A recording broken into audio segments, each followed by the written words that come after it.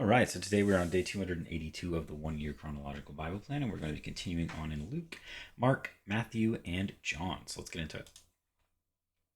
Luke 9:7. Now Herod the Tetrarch heard about all that was going on, and he was perplexed because some were saying that John had been raised from the dead, others that Elijah had appeared, and still others that one of the prophets of long ago had come back to life. But Herod said, I beheaded John. Who then is this I hear such things about? And he tried to see him.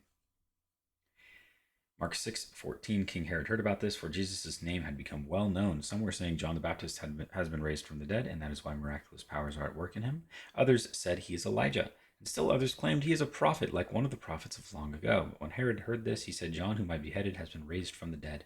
For Herod himself had given orders to have John arrested, and he had him bound and put in prison. He did this because of Herodias, his brother Philip's wife, whom he had married.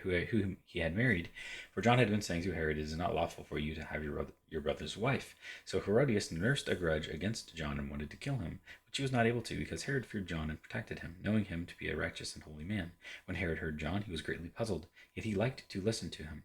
Finally, the opportune time came. On his birthday, Herod gave a banquet for his high officials and military commanders and the leading men of Galilee. When the daughter of Herodias came in and danced, she pleased Herod and his dinner guests. The king said to the girl, "Ask me for anything you want, and I'll give it to you." And he promised her with an oath, "Whatever you ask, I will give you, up to half my kingdom." She went out and said to her mother, "What shall I ask for?" "The head of John the Baptist," she answered. At once the girl hurried into the king with the request, "I want you to give me right now the head of John the Baptist on a platter." The king was greatly distressed, but because of his oaths and his dinner guests, he did not want to refuse her. So he immediately sent an executioner with orders to bring John's head.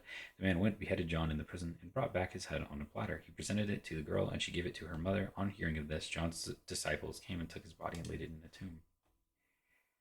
Matthew 14. At that time, Herod the Tetrarch heard the reports about Jesus, and he said to his attendants, "This is John the Baptist. He has risen from the dead. That is why miraculous powers are at work in him." Now Herod had arrested John and bound him and put him in prison because of Herodias, his brother Philip's wife, for John had been saying to him, "It is not lawful for you to have her."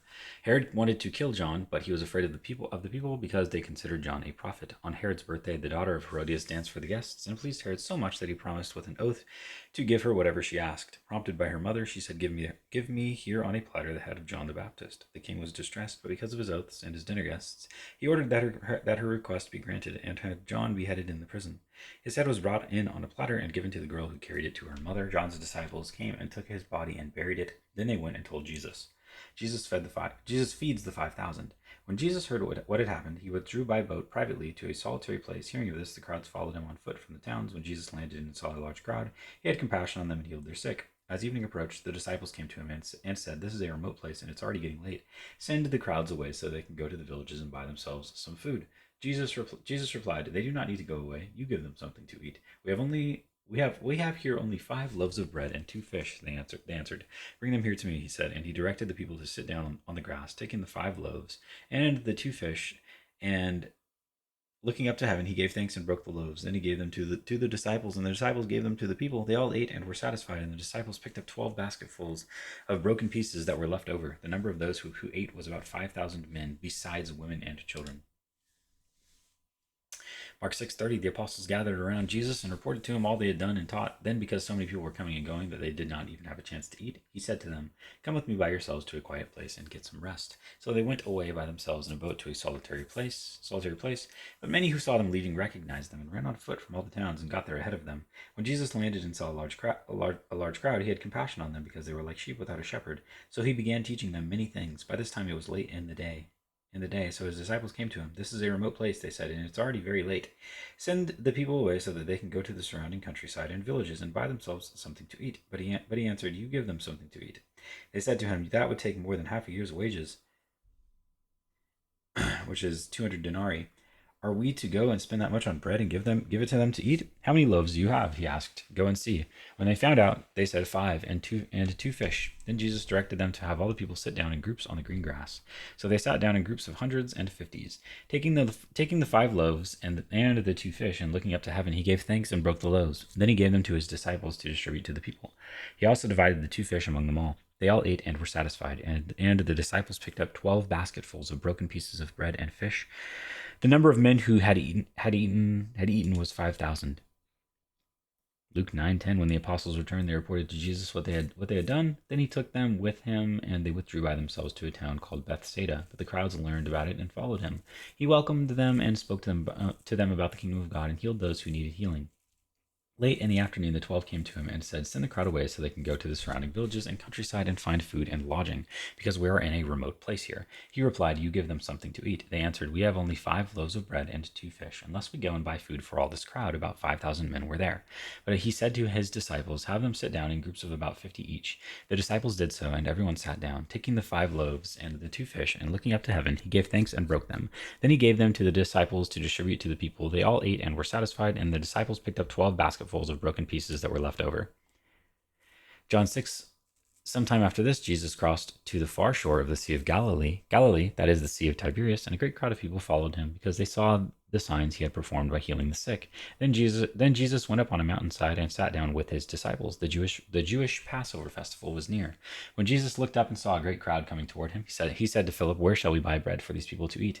He asked this only to test him, for he already had in mind what he was going to do. Philip answered him, "It would take more than half a year's wages to buy enough bread for each one to have a bite." Another of his disciples, Andrew, Simon Peter's brother, spoke up, "Here's a boy with 5 small barley loaves and 2 small fish, but how far will they go among so many?" Jesus said, "Have the people sit down." There was plenty of grass in that place, and they sat down. About 5,000 men were there. Jesus then took the loaves, gave thanks, and distributed to those who were seated as much as they wanted. He did the same with the fish. When they had all had enough to eat, he said to his disciples, "Gather the pieces that are left over, let nothing be wasted." So they gathered them and filled 12 baskets with the pieces of the 5 barley loaves left over by those who had eaten. After the people saw the sign Jesus performed, they began to say, "Surely this is the prophet who is to come into the world." Jesus, knowing that they intended to come and make him king by force, withdrew again to a mountain by himself. Mark 6:45, immediately Jesus made his disciples get into the boat and go on ahead of him to Bethsaida while he dismissed the crowd. After leaving them, he went up on a mountainside to pray. Later that night, the boat was in the middle of the lake, and he was alone on land. He saw the disciples straining at the oars because the wind was against them. Shortly before dawn, he went out to them, walking on the lake. Walking on the lake, he was about to pass by them, but when they saw him walking on the lake, they thought he was a ghost. They cried out because they all saw him and were terrified. Immediately he spoke to them and said, Take courage, it is I, don't be afraid."